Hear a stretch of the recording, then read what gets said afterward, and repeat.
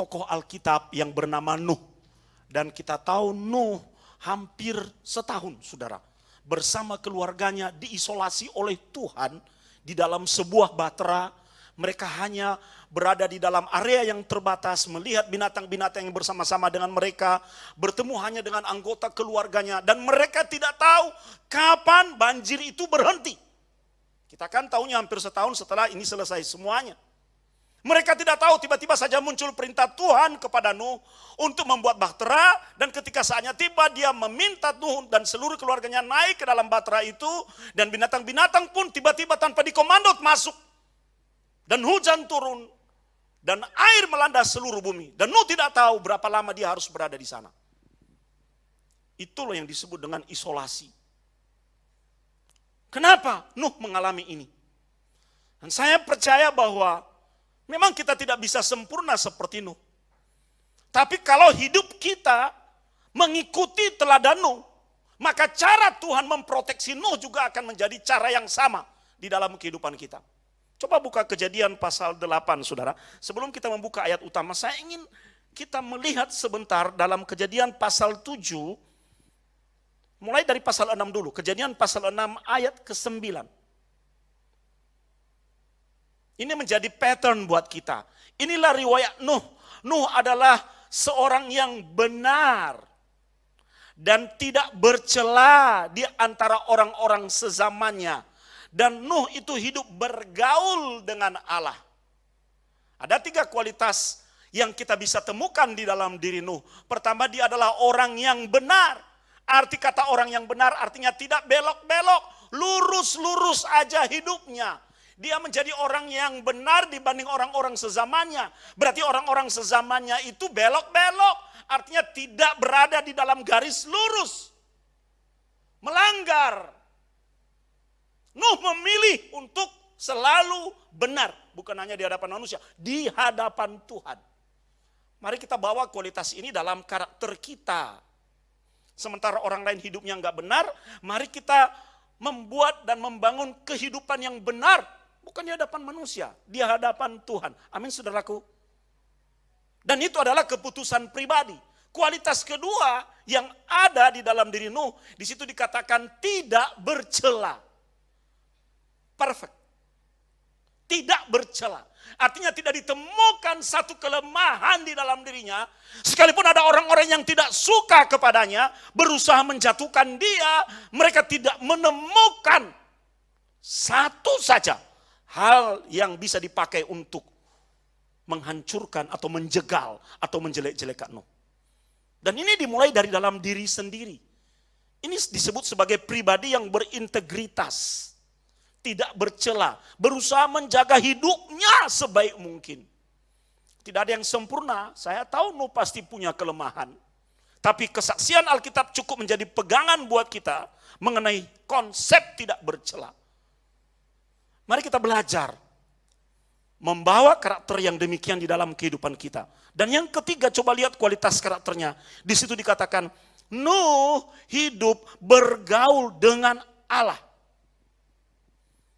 Saya pernah menjelaskan ini dalam satu khotbah beberapa waktu yang lalu. Living consistently with God. Hidup konsisten dengan Tuhan. Kadang-kadang hubungan kita dengan Tuhan itu up and down, tergantung situasi dan hati kita. Tergantung kebutuhan kita. Tapi Nuh memperlihatkan kepada kita hidup yang konsisten. Karena bagi dia hubungan dengan Tuhan, hubungan dengan Elohim tidak ditentukan oleh dirinya dan kebutuhannya. Tapi dia menjadi jawaban bagi Elohim, jawaban bagi Tuhan. Karena Tuhan membutuhkan kita bergaul dengan dia. Kalau kita dekat-dekat dengan Tuhan, maka sifat-sifat Tuhan bisa terimpartasi dalam diri kita loh. Kekudusan Tuhan bisa terimpartasi di dalam diri kita loh. Musa ketika berjumpa dengan kemuliaan Tuhan, wajahnya berubah, fisiknya berubah, terlebih rohaninya. Itu yang membuat Nuh menjadi berbeda. Karena dia konsisten dengan Tuhan. Apapun situasi dan kondisinya, dia terus membangun hubungan dengan Tuhan. Maka hati Tuhan menjadi senang. Sehingga di dalam pasal yang ke-7 ayat 1, coba lihat. Lalu berfirmanlah Tuhan kepada Nuh, masuklah ke dalam bahtera ini. engkau dan seisi rumahmu, sebab engkaulah yang kulihat benar di hadapanku di antara orang sezaman ini. Coba lihat, Tuhan melihat kebenaranmu. Jadi kita tidak boleh menepuk dada dan berkata, aku sudah benar di hadapan Tuhan. Aku sudah perfect di hadapan Tuhan. Aku hidup bergaul di hadapan Tuhan. Itu adalah bagian yang perlu kita kerjakan. Penilaiannya bukan oleh diri kita. Sama seperti seorang siswa ketika berkata kepada gurunya, aku sudah belajar. Tidak. Yang menentukan adalah hasil ujianmu dan itu dinilai oleh gurumu. Yang menentukan kita orang benar. Yang menentukan kita tidak bercela. Yang menentukan kita hidup bergaul dengan Tuhan. Yang menilai itu adalah Tuhan sendiri. Maka mari kita berjuang. Ini semua kan aspek pribadi. Hidup benar, hidup tidak bercela, hidup bergaul dengan Tuhan. Itu adalah aspek pribadi. Bagian yang perlu kita kerjakan. Nah ketika Tuhan melihat itu, maka apapun yang terjadi di luar sana, Tuhan akan memproteksi kita. Bagaimana Tuhan memproteksi Nuh? Dia bawa mereka ke dalam perahu. Begitu cara Tuhan. Saya tidak sedang mengatakan kepada kita bahwa nanti kita akan membangun perahu yang besar dan masuk ke dalam. Situasi dan zaman sudah berbeda, konteksnya sudah berbeda, tapi kita bisa melihat dalam segala apa yang terjadi di luar sana, kita terlindungi. Karena Tuhan ikut campur tangan, melindungi dan menjaga kita. Penjaga kita itu Tuhan, pelindung kita itu Tuhan. Tidak ada yang kebetulan di dalam desain Tuhan. Tuhan memasukkan Nuh dan keluarga di dalam proteksi dan perlindungannya. Di Amerika, saudara, kalau ada seorang saksi penting yang nyawanya terancam atas sebuah kejahatan, dan dia menjadi saksi penting, dan risiko atas kesaksian itu adalah nyawanya, maka setelah dia kesaksian, dia akan dipindahkan dan memulai hidup yang baru di sebuah tempat dengan identitas yang baru. Dan hanya aparat keamanan tertentu yang tahu di mana dia berada.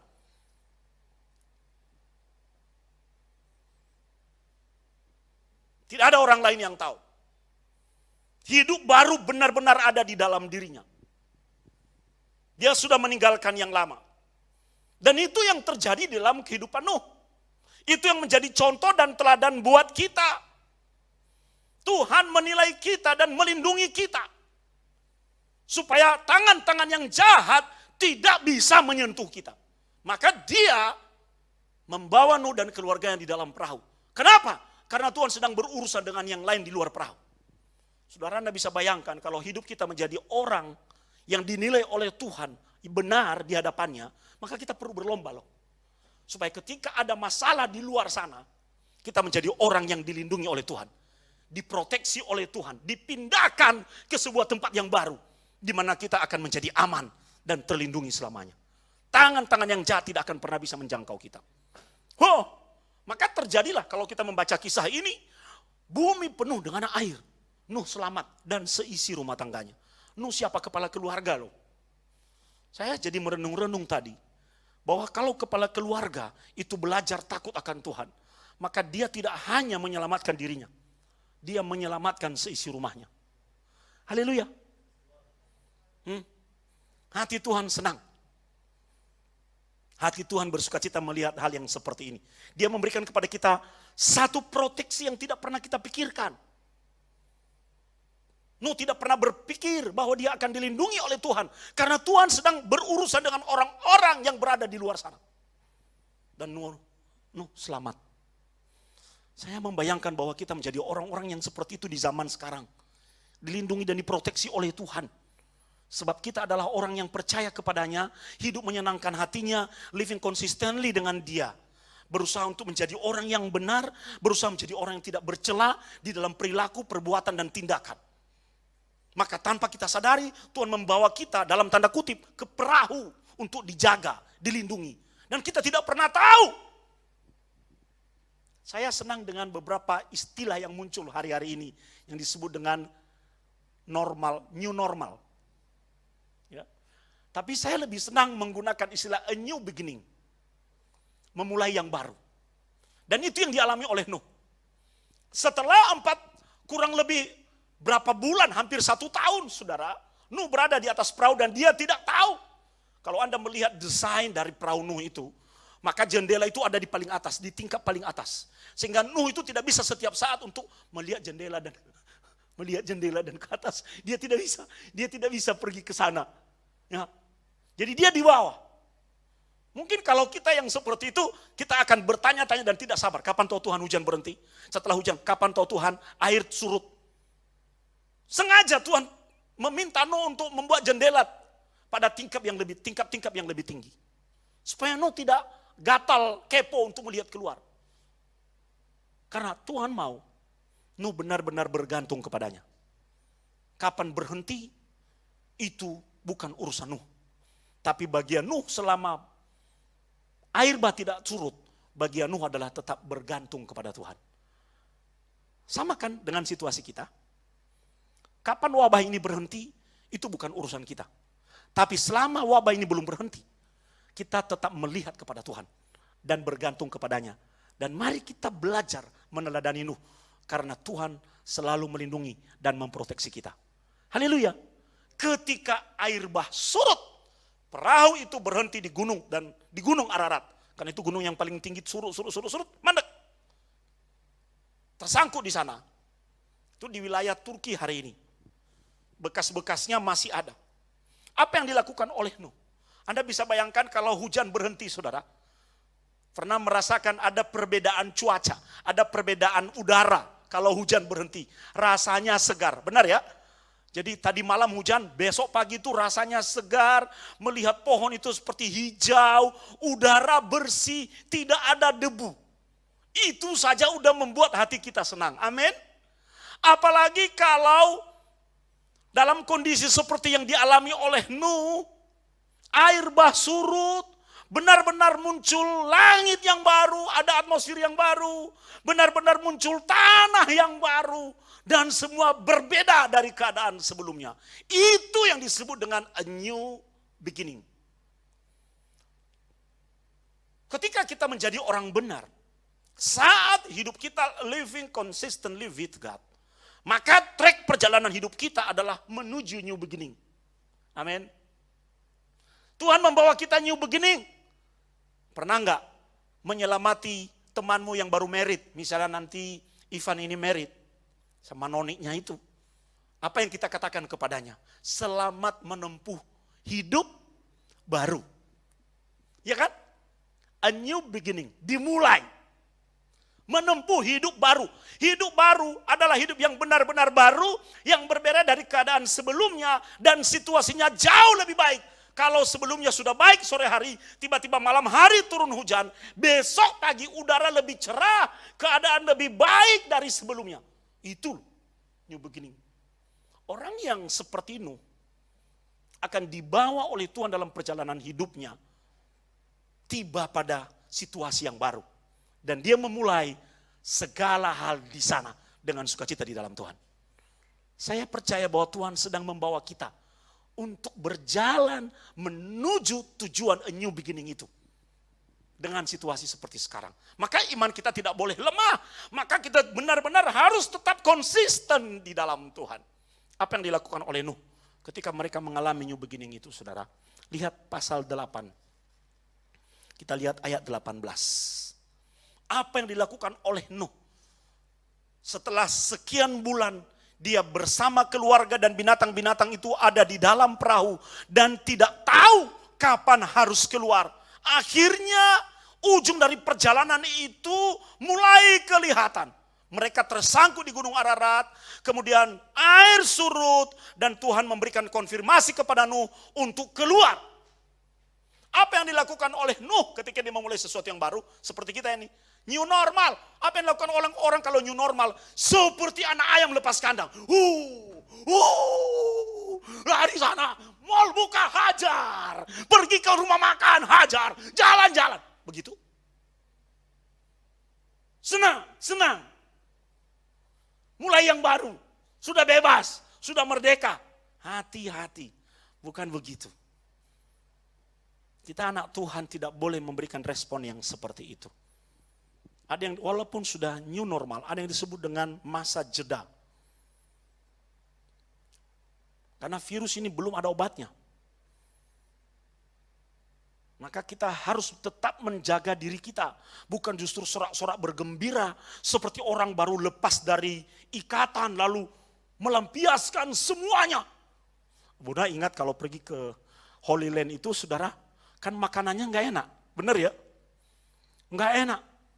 Pulang ke Indonesia, pokoknya yang dicari dulu makanan khas Indonesia. Soto lah, nasi padang lah, pokoknya yang enak-enak langsung kayak melampiaskan. Jangan sampai kita melakukan hal yang sama dalam situasi new normal. Kita justru memiliki satu tanggung jawab yang baru. Lihat Nuh, ketika mereka tiba pada situasi langit baru, bumi baru, setelah air bah surut, mereka tidak mengibarkan bendera. Lalu anaknya Nuh ambil bendera, yeay, yeay, normal, mendarat kita. Enggak. Apa yang dilakukan oleh Nuh? Lihat ayat 18. Lalu keluarlah Nuh bersama-sama dengan anak-anaknya dan istrinya dan istri anak-anaknya. Segala binatang liar, segala binatang melata dan segala burung, semua yang bergerak di bumi masing-masing menurut jenisnya, keluarlah juga dari bahtera itu. Mereka keluar as a family. New beginning. Bicara tentang keluarga. Bukankah selama kita diisolasi kita lebih banyak bergaul dengan suami, istri dan anak kita? Amin. Atau justru kayak Tom and Jerry di rumah? Maka cara kita berkeluarga sudah berbeda. Karena selama isolasi, kita sudah bergaul dengan papa, mama, suami dengan istri, istri dengan suami, orang tua dengan anak. Maka ketika nanti kita sudah bisa hidup normal kembali, wah, kekuatan keluarga kita pasti beda dong. Amin. Pasti lebih mesra. Amin. Pasti ikatan di dalam keluarga itu menjadi lebih baik. Amin. Itu loh yang bisa kita teladani dari hidup Nuh. Dia keluar dari perahu bersama keluarga. Dan Tuhan akan memberkati kita melalui keluarga. Segala hal itu dimulai dari keluarga loh saudara. Yesus lahir, juru selamat kita di dalam keluarga. Berkat pertama ketika diberikan kepada Adam dan Hawa, itu terjadi di dalam kapasitas mereka sebagai keluarga, suami istri. Kalau kita mau diberkati dengan berkat new beginning, marilah kita bangun keluarga kita. Amin. Amin.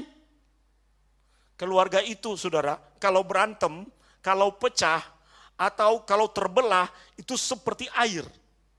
Jadi seperti Anda membelah air begini, set, kelihatannya terbelah sebentar, lalu kemudian apa? Balik lagi. Seperti membelah air. Ini saatnya kita rangkul-rangkulan, lebih mesra lagi suami dengan istri. Karena apa? Karena suami selama berada di rumah dimasakin oleh istrinya. Bisa merasakan betapa enaknya masakan istrimu. Haleluya. Ya kan? Istri bisa merasakan betapa enaknya pijatan suami. Oh. Anak-anak bisa merasakan kehadiran orang tua di rumah. Ada kehangatan. Itulah yang disebut dengan berkat new beginning yang Tuhan mau create di dalam kehidupan kita hari-hari ini. Haleluya. Haleluya. Karena Tuhan sedang membangun keluarga. Maka saya mendorong Anda yang belum berkeluarga, ayo jangan sampai hilang kesempatanmu dengan blessing dari new beginning ini. Segera berkeluarga. Merit. Oke Pastor Ben? Ya. Itu dia. Ivan, jangan lama-lama. Habis ini, segera. Theo jangan ketawa tuh. Giliranmu nak. Ya, Daniel, Samaria. Segera, supaya berkat new beginning dalam hidupmu. Amin, amin. Amin. Nah, poin yang kedua. Di dalam ayat 20, coba lihat saudara. apa yang menjadi blessing buat kita. Lalu Nuh mendirikan mezbah bagi Tuhan dari segala binatang yang tidak haram dan dari segala burung yang tidak haram. Diambilnya lah beberapa ekor, lalu ia mempersembahkan korban bakaran di atas mezbah itu. Ketika Tuhan mencium persembahan yang harum itu, berfirmanlah Tuhan dalam hatinya, aku takkan mengutuk bumi ini lagi karena manusia, sekalipun yang ditimbulkan hatinya adalah jahat dari sejak kecilnya. Dan aku takkan membinasakan lagi segala yang hidup seperti yang telah kulakukan. Nanti pasal 20 ayat 20 nanti kita bahas. Perhatikan saudara, berkat new beginning adalah memulai awal yang baru dengan firman Tuhan. Tuhan berfirman kepada Nuh. Karena Tuhan tahu bahwa firman adalah kekuatan kita. Ketika kita sedang berada di dalam krisis, maka muncul kecemasan. Secara psikologi, kecemasan itu disebabkan oleh adanya ketakutan. Dan orang kalau tidak bisa mengelola ketakutannya, dia akan mengalami apa yang disebut dengan mental disorder dan stres. Makanya di dalam segala penyelidikan psikologi itu, orang kalau hatinya bersuka cita, stres itu menyingkir. Kecemasan itu ditekan, mengecil. Dan tidak ada ketakutan. Yang ada sukacita, itulah yang membuatnya berbahagia. Mungkin kita cemas bersentuhan dengan orang lain, melihat orang lain, ada barang, beli barang lalu disemprot-semprot, cuci tangan, mandi berapa kali sehari. Karena kita berada di dalam ketakutan. Tapi apa yang menjadi upah bagi orang-orang yang setia kepadanya? Oh, Tuhan memberikan firman. Yang menjadi kekuatan kita firman. Nuh menerima firman dari Tuhan. Dan sebagai hasil dari firman yang diterima oleh Nuh, apa yang dilakukan oleh Nuh, bukan kibar-kibarkan bendera di atas perahu, bukan loncat-loncat, bukan poco-poco, bukan nari, bukan ambiar. Nyata? Apa yang mereka lakukan? Dia mendirikan mezbah. Mezbah, katakan mezbah. Dan kita tahu segala hal yang disebut dengan mezbah itu selalu berurusan dengan yang namanya penyembahan dan korban. Itu yang pertama kali diingat oleh Nuh. Berterima kasih kepada Allah, membangun mezbah. Apakah Nuh sendiri yang berada di mezbah itu? Tidak, tapi dia dan seisi rumahnya. Mezbah keluarga loh saudara. Itu adalah sebuah penyembahan buat Tuhan. Cara kita berdoa sudah berbeda. Kita lebih banyak bergandengan tangan di rumah hari-hari ini. Istri, suami, dan anak-anak berdoa bersama-sama. Itu yang disebut dengan mezbah keluarga. Itu yang dilakukan oleh Nuh. Ketika memasuki berkat new beginning, maka di atas mezbah kita itu Tuhan nyatakan firman-Nya. Karena dia senang melalui persembahan kita. Persembahannya apa? Hidup kita as a family. Sebagai keluarga. Haleluya. Haleluya. Dan yang ketiga. Yang ketiga. Coba lihat saudara. Ayat 22. Apa yang menjadi berkat new beginning yang dialami oleh Nuh dan juga akan kita alami. Bukan hanya tentang keluarga, bukan hanya tentang mezbah, tapi ini adalah janji Tuhan. Tuhan berkata, mari kita baca sama-sama, selama bumi masih ada, takkan berhenti-henti musim menabur dan menuai, dingin dan panas, kemarau dan hujan, siang dan malam. Ayo pemain musik maju ke depan. Wah, berarti kita berada dalam siklus kehidupan yang diberkati oleh Tuhan. Tidak ada lagi hal-hal yang bersifat penghukuman.